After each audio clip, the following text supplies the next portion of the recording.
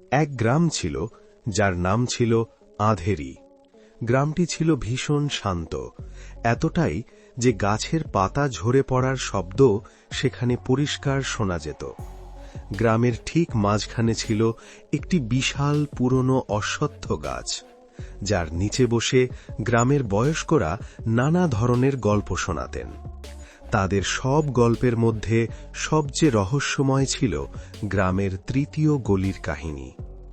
আঁধেরি গ্রামে মূলত 3টি গলি ছিল। প্রথমটি যেত মন্দিরের দিকে, দ্বিতীয়টি বাজারের দিকে, কিন্তু তৃতীয় গলিটি নিয়ে কেউ কথা বলতে চাইত না। গ্রামবাসীরা সেই গলিটিকে এমনভাবে এড়িয়ে চলত যেন সেটি কোনো একটি অশুভ স্মৃতি। সেই গলিতে কোনো বাড়ি ছিল না, ছিল শুধু দুপাশে ঘন বাবলা গাছ আর শেষ মাথায় একটি পুরনো শুকনো কুঁয়ো। গ্রামের সবচেয়ে ছোট আর চঞ্চল ছেলেটি ছিল টিল্লু। তার মনে ছিল হাজারো প্রশ্ন।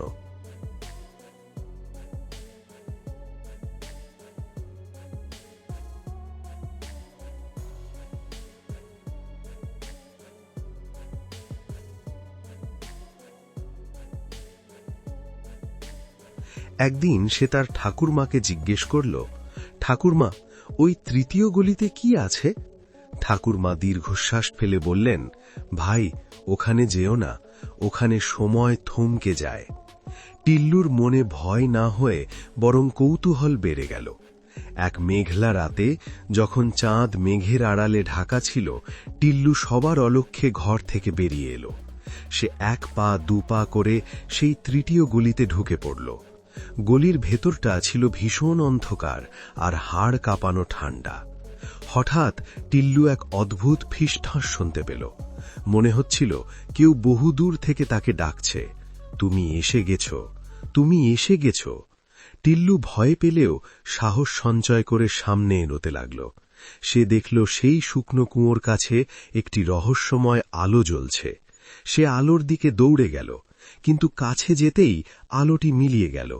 চারিদিকে এক গভীর নিস্তব্ধতা নেমে এলো। ভয়ে টিল্লু উল্টো দিকে দৌড়াতে শুরু করল। সে ভাবল সে অনেকক্ষণ ধরে দৌড়াচ্ছে এবং অবশেষে গ্রামে ফিরে এলো। নিজের দরজায় ধাক্কা দিতেই তার ঠাকুরমা দরজা খুলে দিলেন। ঠাকুরমা বললেন, কি হয়েছে টিল্লু?